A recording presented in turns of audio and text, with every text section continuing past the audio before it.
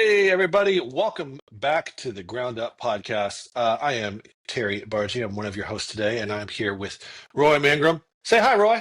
Hi, Roy. How are you? It never gets old to me. I know.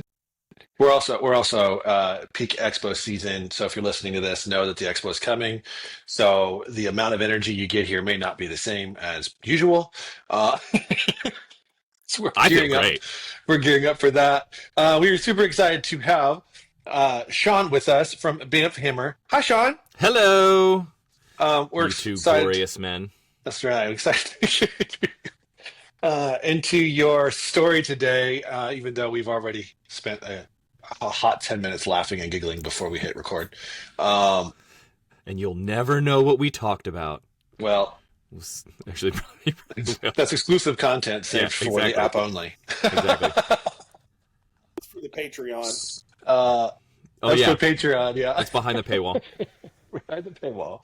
Mhm. Shawn, let's get into your story a little bit. Is like Yeah. we wanted to bring you on for a couple reasons. One is we've been Roy and I have kind of been working a little bit on the side, talking with you a little bit about what's going on in your business, and I've known you for quite a bit. I feel like what 4 years now, 5 years, It's more than that. I mean, 7 years. yeah, it's something like that. Because the first time we met Fit was games. the Fit Games, Mhm.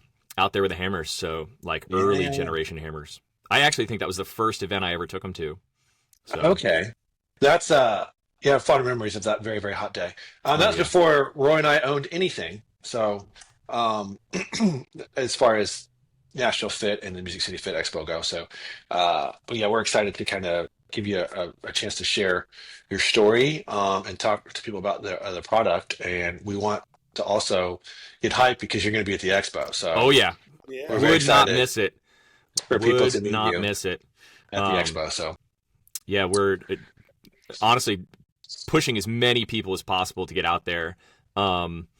And it's become such a staple of our year. And this year is particularly different because it will be the first time since the first expo we went to where I've actually got product to sell. There you We've go. gone, yeah, like because our manufacturing is finally figured out. And honestly, my manufacturing partner knows about us because of the expo. And one of the so we're being manufactured by Wright Strength Training Equipment, and they're Yes. like they were able to see us at the expo and see what the engagement was for people like picking up the hammer and actually trying it. And I think that's been a pivotal thing because we've been through this is our fourth manufacturer in the last 2 years. So if your audience doesn't know my product, I own the Bodybuilding and Mobile Functionality hammer. It's a short-handled strength hammer with a rubber head, and that's what makes us unique. Every hammer like it on the market is either a steel head or it's ballast loadable, so it's metal. So you require a slam target. So you're not just getting one piece of equipment, you're getting two. With BAMF Hammer, you don't need that slam target. So as long as the floor is durable enough to take the force that you create, you can whack it on anything. Swings like a kettlebell, rotates like a mace or an Indian club, and then obviously you can slam it on the ground. And I was building these myself from inception up until February of 2022. February 10th, 2022, boom, house burned down. Not sure what caused the fire, but it was located in my garage, and obviously the materials necessary for producing a piece of fitness equipment, flammable. So the house did not make it. And that started the process of, okay, well, if BAMF is going to survive, somebody else has got to make this thing. And we went through a couple of different manufacturers. The story's hilarious in hindsight. Hopefully, we're up for. We were in the consideration for Shark Tank last year, and we were one of the last companies cut. We're in consideration for them again this year, and it's. I don't know if I would say I'm a decent business person. I honestly think I'm just too stubborn to fall over like that, because the company should have died, honestly, a couple Well, times. let's get into it. Like we're gonna go through the whole timeline. So Okay. I want to start with why BAMF? Like, how did you come into concept with this idea? Like, Okay. uh, So I was watching a movie. We won't say which one for legal reasons. But there was a movie. Some might call it a popular film. And in this movie, there is a person who has a big hammer. Again, not giving away any details. But I took umbrage with the way the hammer was thrown on a biomechanical level because I'm a dork. um, I have my, getting up to that point, I have an acting degree. I went out to Los Angeles to do that. Very quickly realized that being good at the craft and being good at the business are two different things, and I am mhm. not good at the business. But I did some stunt stuff while I was out there. In some plays, I did, stage combat and all the rest of it. So I enjoyed that growing up. And I had comic book obsession because I didn't have that other thing that most kids have. Friends didn't have. So when I was elementary school, I had in third grade. In third grade, I got Eric, and after Eric, there was stuff. But no, I had friends, but I had a lot of comic books. So when the MCU came out, I was down. But I was watching Hemsworth throw the hammer around, and I'm like, that's not how that would look. And he's worthy. I get it. He's worthy. There's a difference of opinion. But then later, the Vision talks about how well balanced the hammer is, so it has weight, and you just have questions. But there's a moment where he goes to hit something with it, and he jumps up in the air, and at the peak of his arc, he raises his arm up more for more momentum. And this is stupid, but I watched that and went, that's not how that would look. Because it's like the lever arms are different, and the timing has got to be different. And so I went out into my garage and I bolted 1 foot of railroad tie onto a rod that I got at Home Depot, and it weighed 30 pounds. And the first thing I did was try and throw it like a baseball, and I almost dislocated my shoulder. I bet. Yeah, it was not wise. Railroad tie. Why railroad tie? Like, Because it was big enough. Like, okay. it was, and I had one laying around, so I just cut a foot of it off. But as I started goofing with it, I was like, hey, this feels a lot like a kettlebell. And I was training for Ninja Warrior at the time. And so the grip orientation was more challenging than a kettlebell was because it wasn't a neutral grip. And I just kind of started goofing around. And it was nothing. Like, it was just a goof. But I was working out with it. I took it out to a playground that my kids went to that had that chipped rubber, like prevent kids from falling and hurting themselves stuff. And so I'm whacking it on the ground. I was like, okay, this is great. Let's figure out how to make this so that I can do this wherever. And that became probably, I think it was a year and a half or 2 years worth of time where I was trying to figure out what to make this thing out of. And I stumbled across a company that made bullet backstops. And you could buy these blocks in 110-pound blocks. And and I would cut them into thirds for a 40-pound hammer, or sixth for a 20. And then the same company made a smaller block that I would cut up for tens. I had What was the hold on? What was the timeline here? Like, we went from watching a movie thinking I can do it better to building a prototype, and you decided to invest money. How far are we in? Okay, so my son is 12, and I built the first one after we moved to Georgia. So the prototype was probably built 11 years ago. Okay. But there's almost no financial investment. It's just, I'll put aside $20 here, $20 there, so we're probably 4 years into the process where I've finally made one out of rubber. There's a long evolution of how the handle orientation worked, because in the beginning I was just going to Home Depot, buying black iron, having them cut it, using steel epoxy to hold the whole thing together. So those original hammers are probably falling apart. Then investing in a welding unit, but it was probably 4 or 5 years in where somebody at the gym that I was coaching out of was like, "Hey, can I buy one of those from you?" I was like, I guess if you want to. And then the business was born. And then the business was born. And so I was on American Ninja Warrior 2016. I blew my knee out in 2017. That's when I left the company that I was working with. Nobody's ever asked me what the timeline of this is, so I'm like,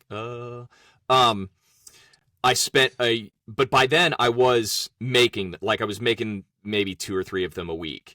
And that's pretty close to when, 2017, we had met a year later. Yeah. Cause it was on the other side of my knee, but before I hurt my elbow. Sure. Is when we went to Fit Games. And, but then, so it was just kind of, I think I had started welding them together because I realized the epoxy just wasn't enough. It wasn't durable enough for the force that they were getting put into. That was the time frame we submitted for, Dollar Shave Club did a marketing campaign called the Your Thing campaign, and we won the first one of those. So they poured about $10,000 into the marketing side of things. And a year after, so I was at Iron Tribe for maybe 2 years, and then a year after that, or the year I left Iron Tribe, I was at a Ninja Warrior gym building obstacles and helping manage this gym for about a year. And then the hammer was kind of starting to grow into something that just needed more attention if it was going to go. Mm-hmm. And my daughter is 2 or 3 at this point in time, and the opportunity comes up where my ex-wife and I switched roles. So I went home to be, dad, and when the kids were in school or wherever, I was in the garage building stuff. And that's how we sustained it for several years until the house fire. So now, and at the time when the fire took everything, we were just starting to make a little bit of profit. Yeah. And you before that house fire happened, how many orders were you sitting on? I was doing about 30 units a week. Okay. From your garage. That's insane. From my garage. And, at its best, it was about 30 units a week. Yeah. And I was trying to stay ahead of the curve. I liked being able to, when somebody put in an order, being able to put something in the mail in the next day or two.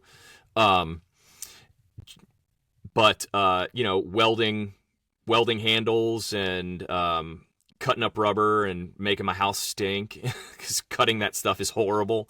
And then the house fire was February 2022. So, and we were starting to look and explore the possibility of manufacturing at that point in time. But I was working with my marketing crew by that point, and finally starting to get some traction. And then, whoosh. So the fire, I do want to spend a second here. Yeah. The fire was obviously very unfortunate, and that is when I kind of realized where you were as far as like the manufacturing. I had no idea. I just assumed that you already had manufacturing. I was probably not the only one who assumed that. Like, as my hammers are literally right here beside me too. Like I have the hammers from the OG ones. Yeah. And it might be version 2, but I had no idea that was your manufacturing. Yeah. And until you went on Instagram Live and you explained to everybody kind of what was going on and hey, hang tight. And that's when like Roy and I were like kind of starting to pay attention a little bit. Because that was 2022, you said, right? Mm-hmm. Let's just talk about this for a second. Because in retrospect, and I know it might be still kind of hard, but it's been several years now. Mm-hmm. And if you zoomed out on that and you looked at what it meant like kind of holistically? Like, yes, it was hard, but did it cause, and I know it caused certain things to go wrong, and then, but did it kind of help you in some way with business life, like even spiritually? Like, just tell me about that. Um, it definitely redefines the usage of the term suck. Like, you go, that doesn't suck. This is unfortunate. I know what, Right. um, and, but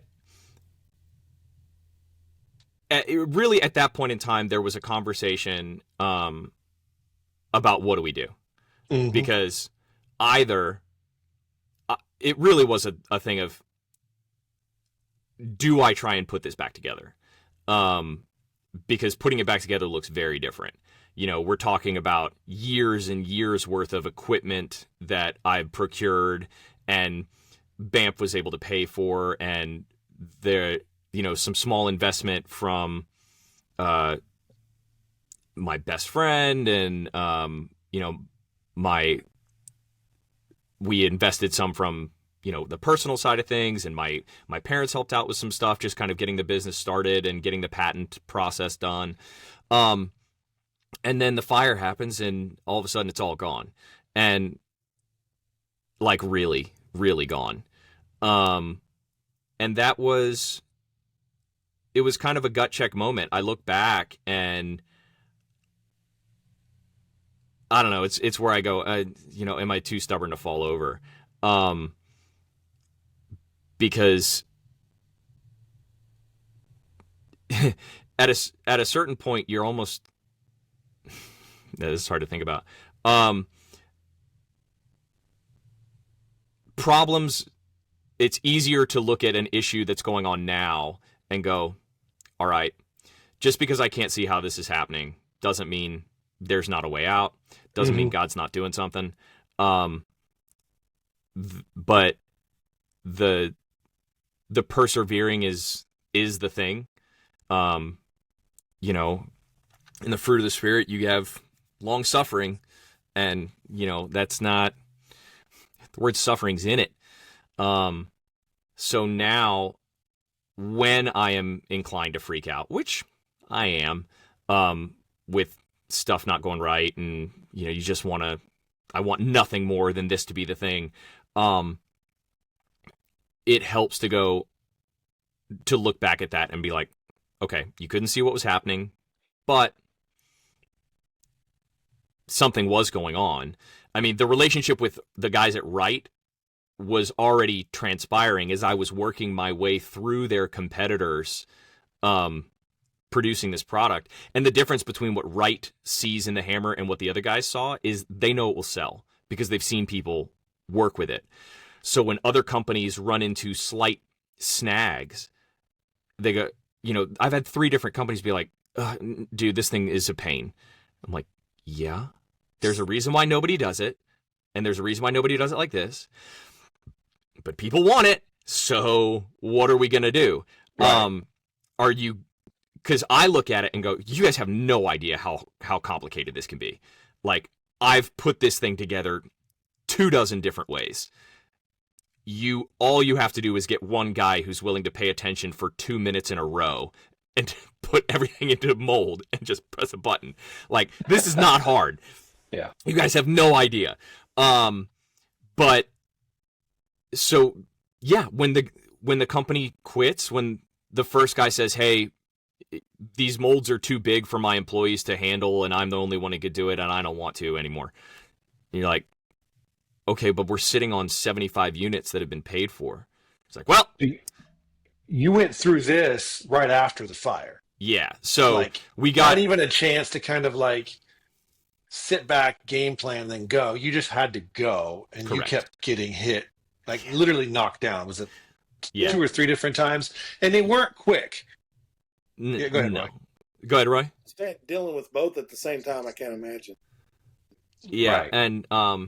and also that's so we got the first manufacturer. Um, he and I have nothing bad to say about him. Like he had an idea for something that was his, and he wanted to invest in it. Go do it. Like, and he makes this great bumper plate loadable dumbbell, like adjustable dumbbell now. Mm-hmm. And they're brilliant. I love that. But, you know, it was a shock. And then going to Kentucky to pick up the molds and I actually think I called you about calling in a favor to get an introduction for the guys down at High Temp in Alabama. Driving my molds down there. The owner of High Temp loves it. They try to press a hammer in the mold and the molds break. Immediately. So he's like, hey, I like the idea, but we're going to need to remold the process. I'm like, all right, let's remold the process. What's that going to look like? And he's like, well, we got to do this and this. But we started working with the guys in Kentucky. And I think we were with them for probably, because we picked them up pretty fast. The house burned in February, and we were talking in April, I think, about redesigning the hammer, and he was doing all the CAD stuff. He ran with us till January. It was spotty. It was really touch and go because there was no, like, he got to him when he got to him. Mm-hmm. But we turned the ads back on and we were running. And then he decided he was going to step away in over the Christmas holiday. Because what we usually did was we would shut down after Black Friday so that we could catch up on orders and get everything to everybody by Christmas. Well, we came back in January and it just wasn't coming back for him. I didn't find out that he didn't have time for it until late February. So we were sitting on 75 purchased units or something like that. And I'm going, okay. So drive to Kentucky, get the molds, take them to Alabama, then the molds break. And so we have to throw everything to a halt. And I'm refunding orders and I'm calling people and just going, hey, here's the situation. I have your money and I have no means of giving you a product right now. I was making phone calls all the time to customers going, if you want a refund, I'll refund you. Please don't. Please don't. Please be patient. I'm dying. And we ended up, I had maybe a third of the people were like, yeah, we'll hang out. So we had a little bit of money with which to play with. And then High Temp has these great molds and they're cranking, they're doing great.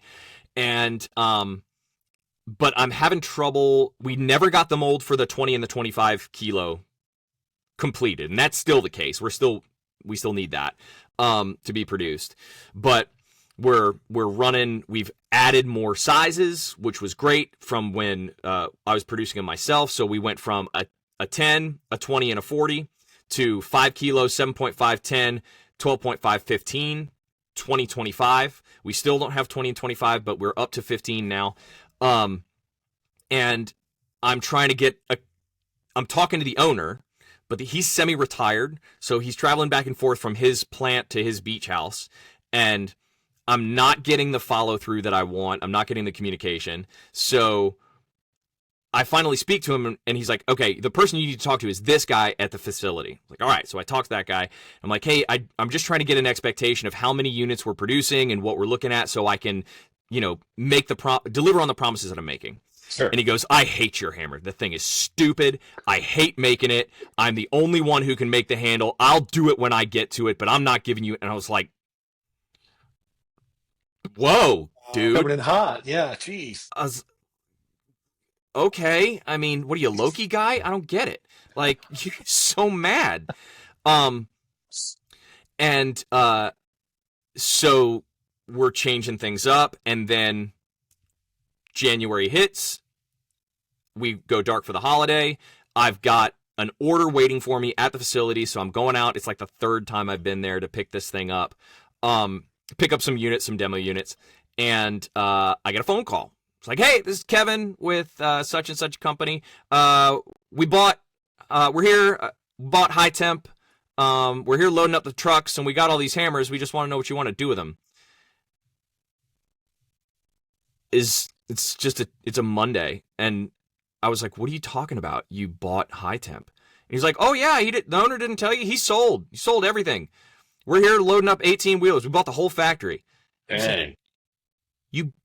You bought the whole what? Like, so I'm driving to the factory where my product is no longer made because they just sold it to a company in North Carolina who is shipping like 25 18-wheeler loads between Alabama and high temp and North Carolina, which takes months. And then they try and get it up and running, and they're running into problems and they can't figure out how to make it work. And I was like, all right, I will come up there. And this is May of last year, maybe. So we're on manufacturer number 3. I'll come up there and I will workshop the process. I will get every bug out of the system. I will write you an SOP so that your because they produce bumper plates, so that your guys can start producing these hammers. Sure. It's really not that complicated. I'm the hammer whisperer. She'll do what I tell her to. I just have to figure it out. Because the issues we're running into is the handles weren't coming out straight.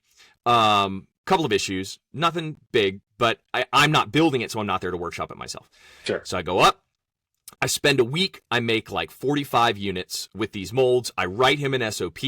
Each hammer has its own particular mix of this much rubber, this much of this type of rubber, this much of this type of rubber, this much adhesive, this much steel. It's all idiosyncratic, and I'm writing all that stuff down for him. And all I'm hearing from them is positivity. His sales guy is over the moon. Because they do industrial flooring and he wanted to do more. But he's like, yeah, man, I've got this military guy that is interested in bringing the hammers in. I've talked to this high school that's interested in bringing the hammers in. I'm like, that's great. Cool. This is awesome. Yeah. And so I fill every order we have outstanding. I bring a couple of units back for myself. I'm jazzed. And I get a phone call a week later and the guy's like, I'm not doing this anymore. These things are annoying.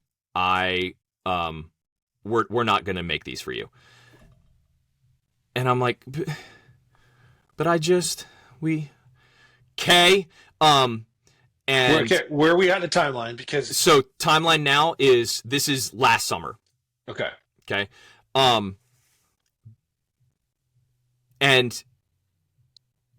I'm taken aback. I'm like, all right, okay, well, I guess let me get my molds and I'll take them somewhere else. And he goes, the molds are going to cost you 10 grand. And I'm like, but you don't want to make the product. You just got done telling me that you don't want it. But because they purchased all the outstanding IP, part of that was my molds. And when I was working with the owner of High Temp, once a month or so, I would be like, hey, I haven't paid for these molds yet, and we haven't talked about how I'm going to pay for them, and that is making me uncomfortable because you're telling me what these things cost, and we need a plan. And he kept going, we'll figure it out. This thing's going to be great. We'll figure it out. I'm like, okay, I'm nervous, but you keep telling me I'm going to figure it out. Well, when he sold his company, there is no figuring it out. So I still owe half of that money, because we're not yet profitable. But I went on, I had to go online and was just like, okay, everybody, this is the situation. I can't create this thing without these molds, and I can't put my hands on the molds until I give this guy this money. Mm-hmm. And so that was really bad taste, but he released the molds to me for $5,000, and I gave them to the guys at Wright last year at the expo. So that's when all this happened, right before the expo last year. And I called the guys at Wright and was like, hey, I know you guys and I trust you guys. Do you want this? Because if not, I was seriously like, well, maybe this is it. But one thing that continued to happen is the moment I needed something to show up to reassure me, God would give me something. It wasn't wild. It wasn't the business being profitable, but it was, oh, hey, Shark Tank called and they're interested, or the Dollar Shave Club thing was a big one. October of the year before, randomly got a direct message from Russell Wilson yeah. Russell Wilson slid into my DMs and was like, these hammers are cool. And I'm like, you won a Super Bowl, right?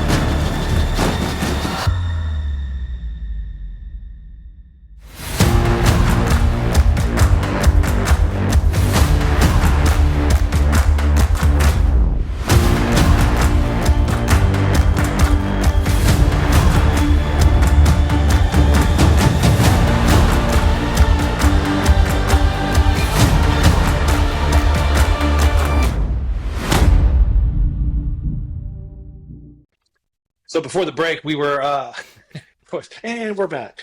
We didn't tell Shawn that we coined the phrase "the most unprofessional podcast Oh, in the yeah. land" about being professional.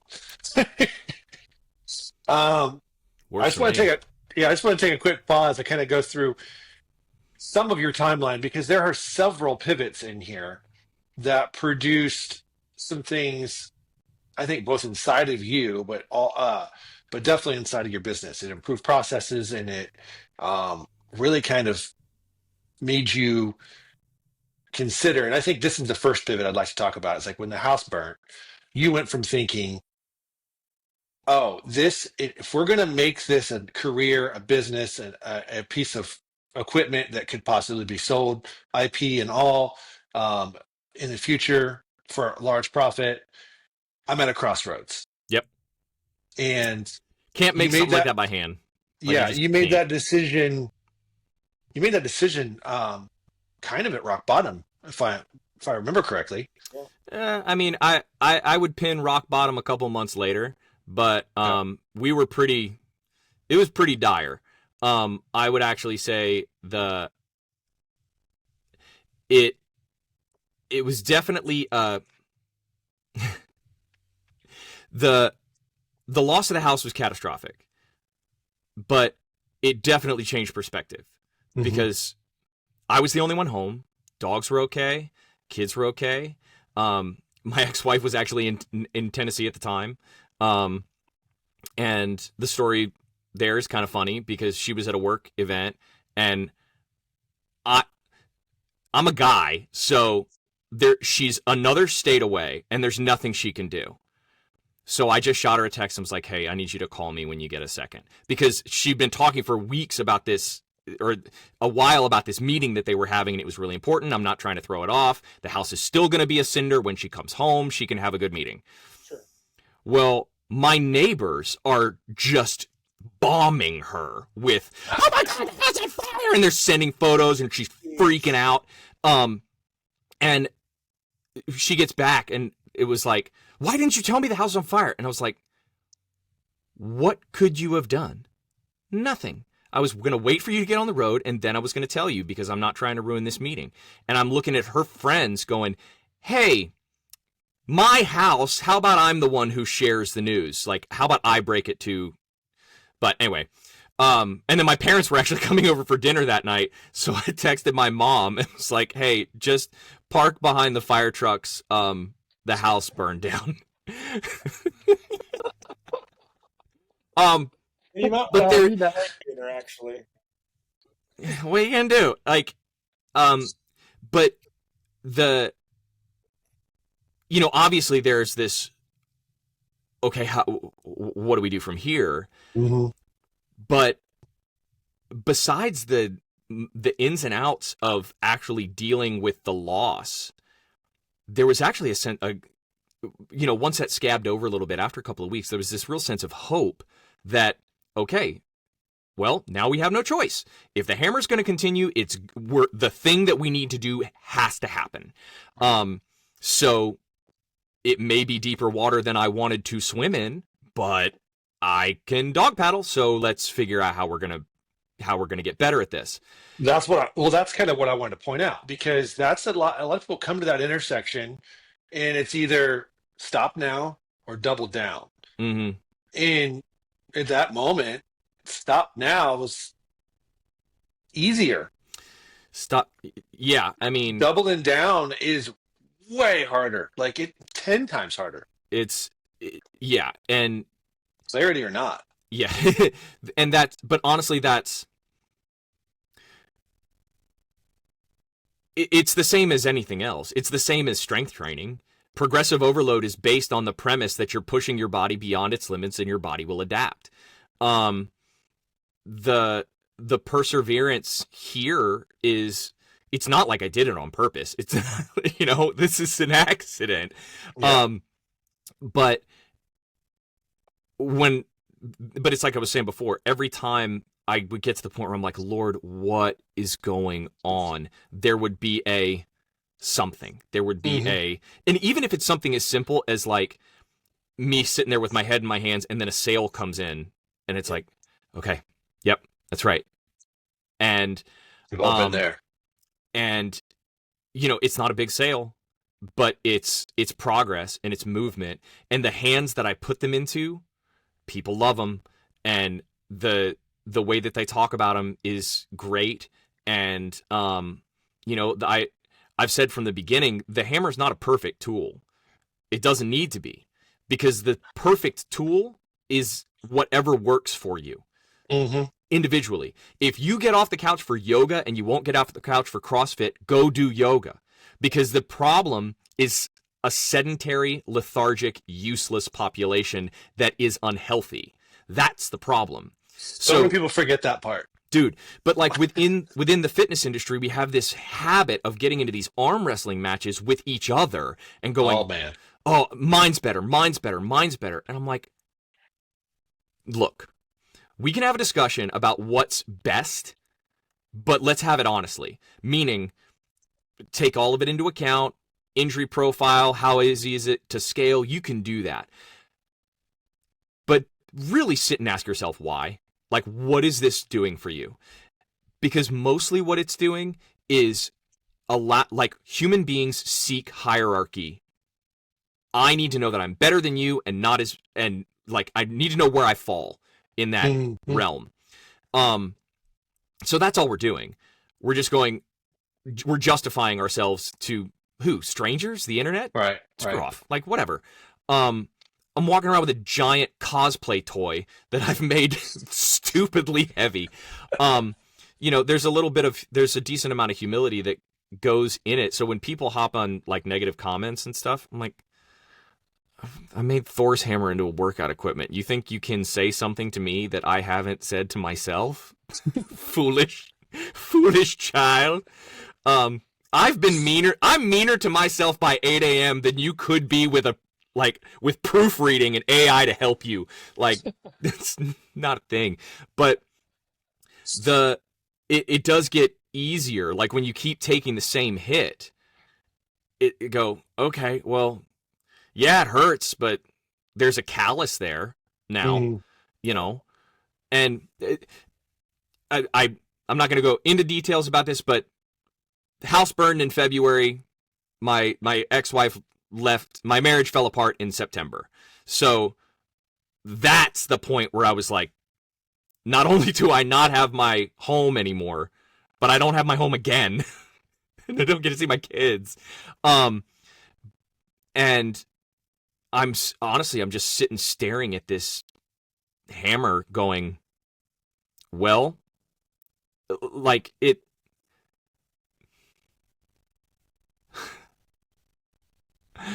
I've never thought about this. Sorry, that just kind of hit me. The hammer kept. The hammer was the only thing I had for a minute when, you know, I'm living in an apartment that I hate and it's empty and quiet. Mm. Um, so it in the life raft right there when it was at its worst. Like I just picking this thing up and swinging it around and going back to the things that I used to do, which is sit and go, can I make this movement work with this and this, and or how can I help a baseball player versus a lacrosse player versus a whatever. And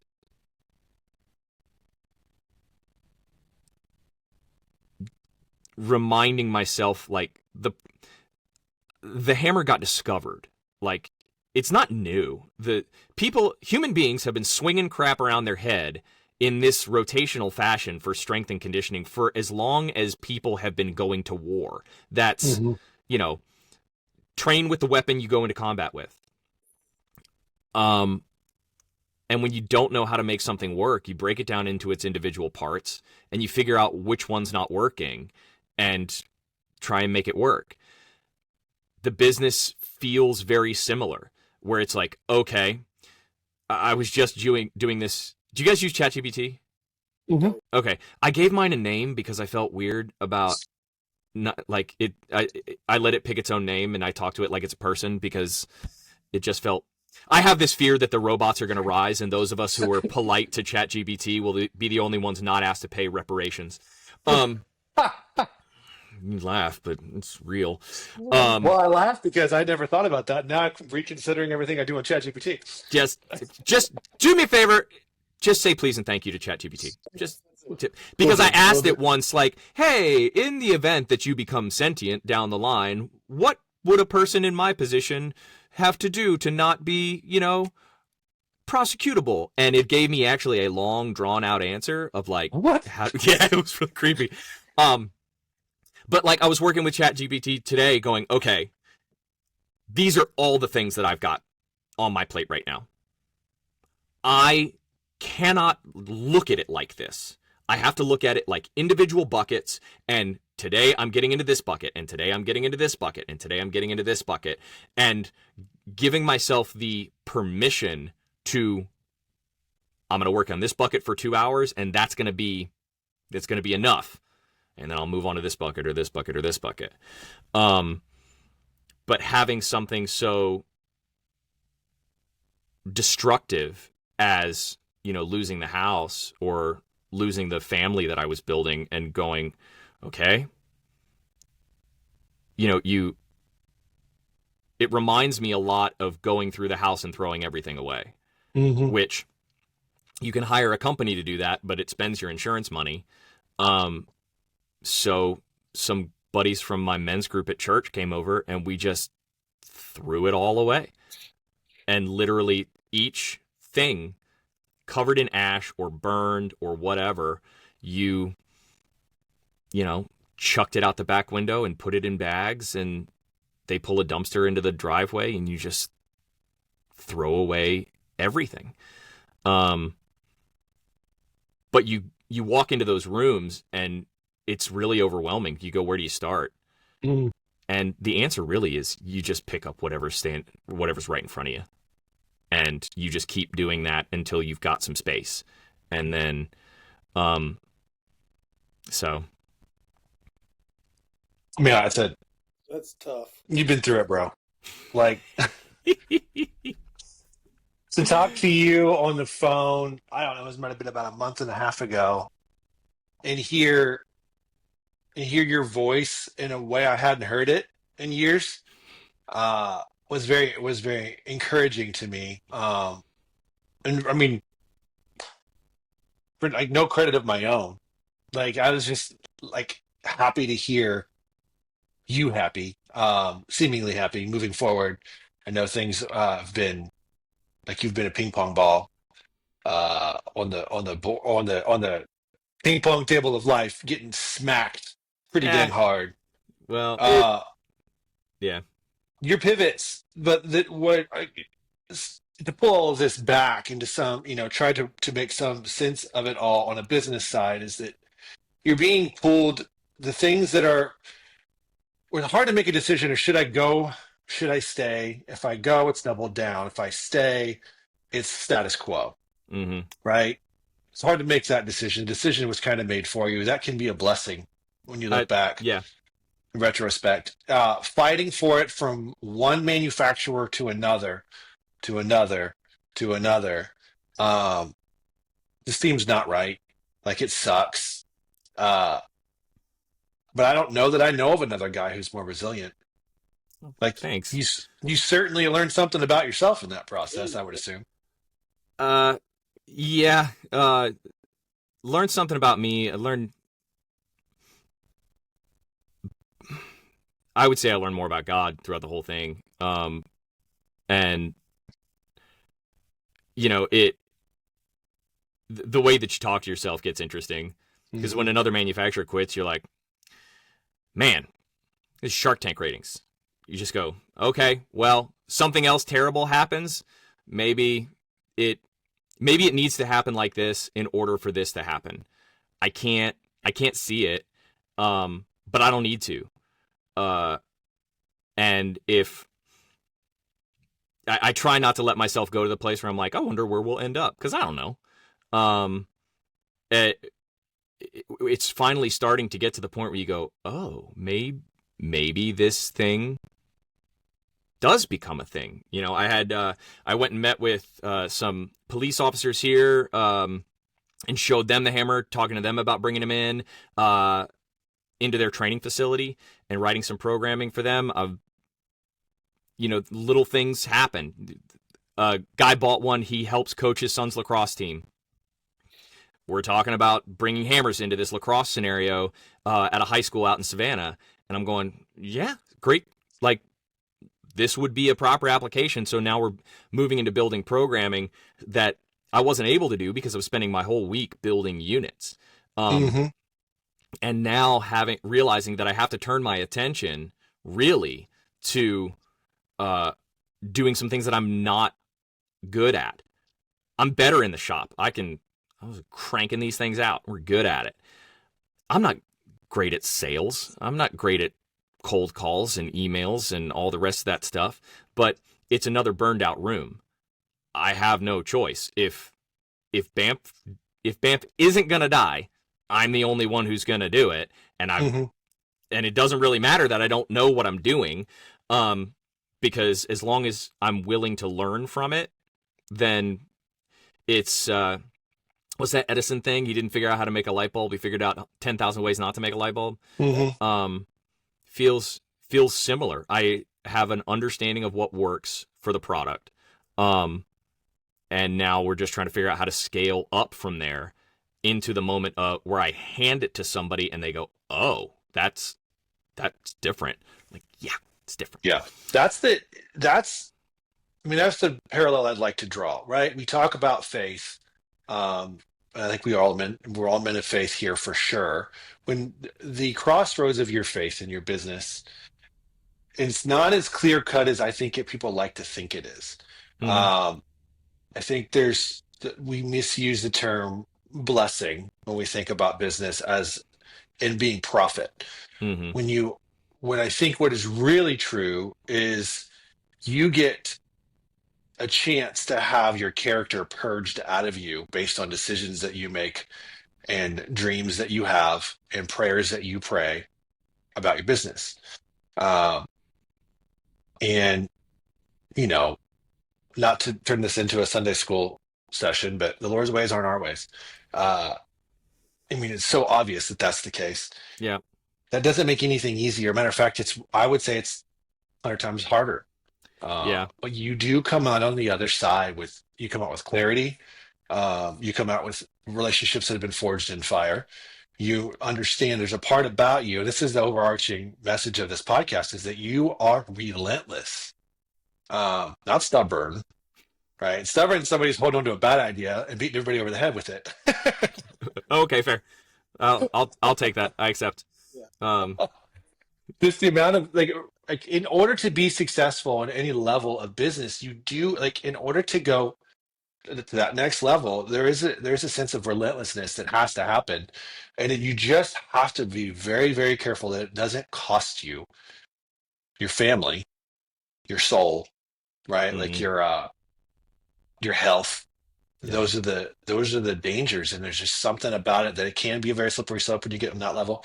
Um, but what it's done for you, Sean, is not lined your pockets with cash yet, but it has given you a platform in which to kind of speak about what it truly means to be a business leader, business owner. But more than anything, it's shown you like I mean the character of like from who I know you to be is now something you get to lead with and not just a hammer. So you're not hiding behind a hammer anymore. We know Shawn and Shawn's story, and Shawn's story is the hammer story, and the hammer story is Shawn's story. Um, I don't know, man. It's just a blessing to watch it.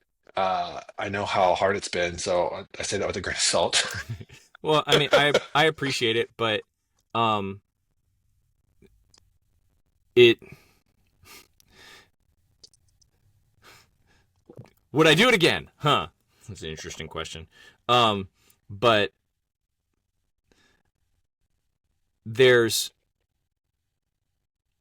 for as long as I can remember, my least favorite book of the Bible is Job. There's just so much in it. Mm, But what there isn't is an explanation to Job about why it happened. When God shows up at the end, Job doesn't get hey man, Satan was here, we had a bet. You're the only one who would have survived like this. If I had done this to anybody else, they would have fallen. You're the only person whose faith would have survived. And go, man, what a comfort that would have been to Job at the end. But he doesn't get it. And he doesn't get it because he doesn't need it. Do I think, would I like it? Sure. But it doesn't change what had to happen or what did mhm, happen. And God works things out for our betterment. I think what the Western Christian church has a tendency to take for granted is if billions of dollars, if you had Elon Musk money right now, but it took you away from the throne, he's not giving you that. He's not giving you a gift that takes you away from him. The enemy does that. mhm. Like, and so I know what I would like, but I also I make terrible decisions for myself all the time. So, I would like to be consulted maybe, but if God's like, hey, you can't have that because if I give you that, I lose you, then, I'd rather not have it. Knowing that it's going to be less comfortable. Well, you can't have it now. Or you can't have it now. Yeah, Mhm. Or, you don't have the maturity for it now. that's it. And Yeah. I remember going through stuff, and I told my mom, so I was praying for patience. And she said, Mm-hmm. you know how you get patience? You get put through Don't things do to that. make you patient. Like, Yeah. Don't. I'm praying the wrong way. Yeah. Don't pray for patience. Yeah, Don't pray for perseverance. yeah. That's terrible. Uh, Um. but you learn those lessons, and going through that stuff, I often look back at just some of the things I've been through and how they apply to today. Mm-hmm. They always do. There's always lessons. I went through something like, why in the world did I go through that? And then 5, 10 years down the road, I go through something, and that whatever I went through 5, 10 years ago prepared me. Yeah. And maybe it's not you. Maybe you need somebody in your life is going to need the counsel that you have. Sure. Maybe you walk through alone what somebody else must walk through but can't get through alone. Sure. And so in times like this, conversations like this, it's very easy to look back and go, this is what purpose looks like. In the middle of it, you can't see it. It just freaking hurts. Mhm. But it's soul crushing in a lot of regards. But the thing that it crushes is the part that you could stand to lose. And surgery's hard. You got a gangrenous foot that gets cut off. You got to relearn to walk. You can't just sit. Well, you can choose to sit. But I think the place that we're at now is if something else rolls in, it's like, all right, well, Yeah. story got better. Here we um, you know, um, I think it's amazing when you sit back and think about it from a business perspective or from like just a character development perspective. What is actually chaff, right? And what is Mm, actually like gold yeah. in this scenario? Like, what can you, speaking to the surgery analogy, like what can you actually live without? And it's surprisingly way less than you think. Oh yeah. Uh, and it definitely feels like you misplaced some, I don't know, love, affection, self-worth inside that, whatever that chaff ends up being Yeah. that you don't need, that isn't a part of who you are, isn't a part of a story that matters. Um, we all learn that in one way or another and as an entrepreneur. And I feel like sometimes we're walking around with covered in gas. We just popped out of a gas swimming pool when we're smoking a cigarette, waiting for it to happen. Yeah. It's just it's a good way for it to be sped up, honestly. Just Yeah. Yeah. And but it is what it is. So sure. there's still plenty I got to figure out how to do. But So how Well, is I with the yeah, go ahead, manufacturing? Roy. Right. How's all that going now? it's going great. The tiny little bugs are always going to be rolling in. Speaking of bugs, I got to go get my little bug here in a minute. But the they're producing. We're finally ahead of schedule, so I keep a stock so we can ship out pretty quick. That's the first time that's happened since the house burned down, really. Um, and now we can actually start to grow. They're excited about the product. We're talking about getting the long handle back in, which people ask about all the time, the mace length handles. Um, and yeah, it's now I'm starting to think about like boxes and Yeah.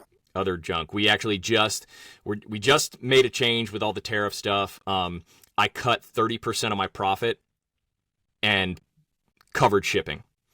So inside the continental United States, the shipping is free.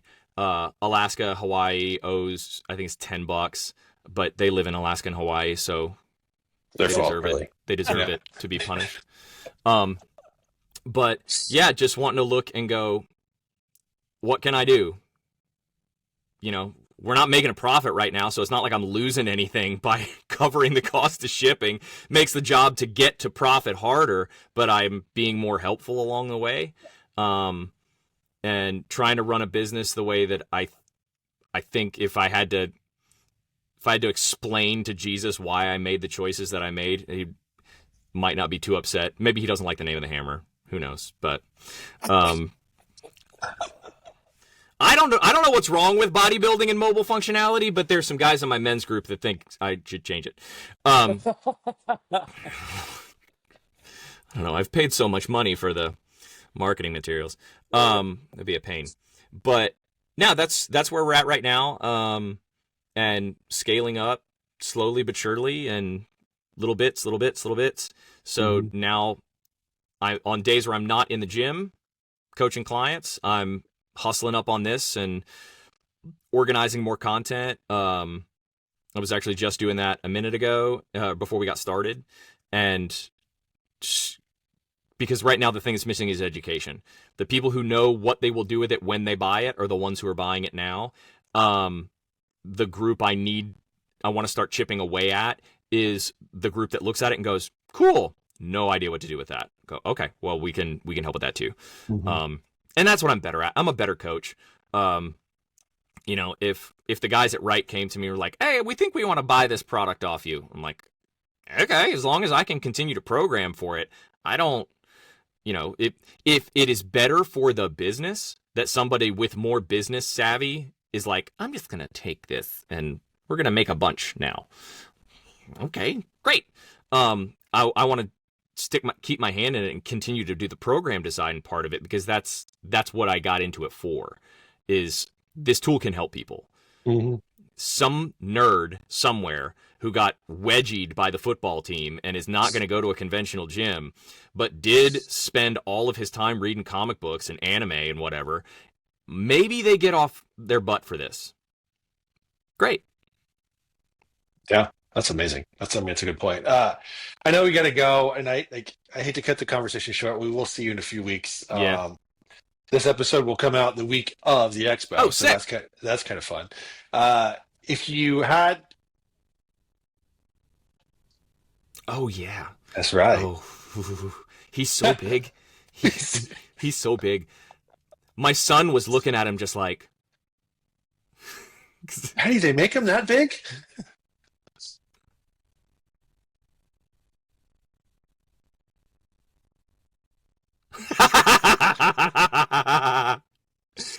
a golf cart that won't move, sitting on flat tires. Golly. Yeah, I wanted really badly to talk to him, but he was swamped for 4 hours, and when people followed him into the bathroom, I was like, okay, I'm not doing that. Yeah. I'm just, first of all, why would you like, he might eat you for protein. Don't go into an enclosed environment with Brian Shaw. Like, that seems life-threatening. But It also, does. yeah, don't, he's just so strong. Yeah. He is a good dude. Shawn, is there anything you'd like to leave with any entrepreneurs out there that are looking at dark days, could use a little hope? There are always going to be dark days. There are going to be dark days whether you're doing this or you're doing something else.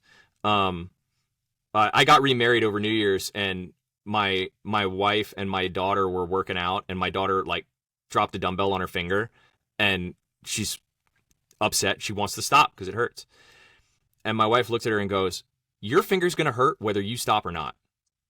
So you may as well keep going." And it's going to hurt. It's going to hurt.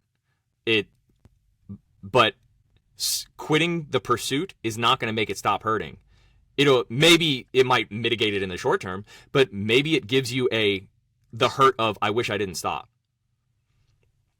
And like, let it be known, I am a much better pastor than I am a congregant. So I'm saying stuff now that I'm in an hour going to be like, yeah, wouldn't it be great if you lived your life like that?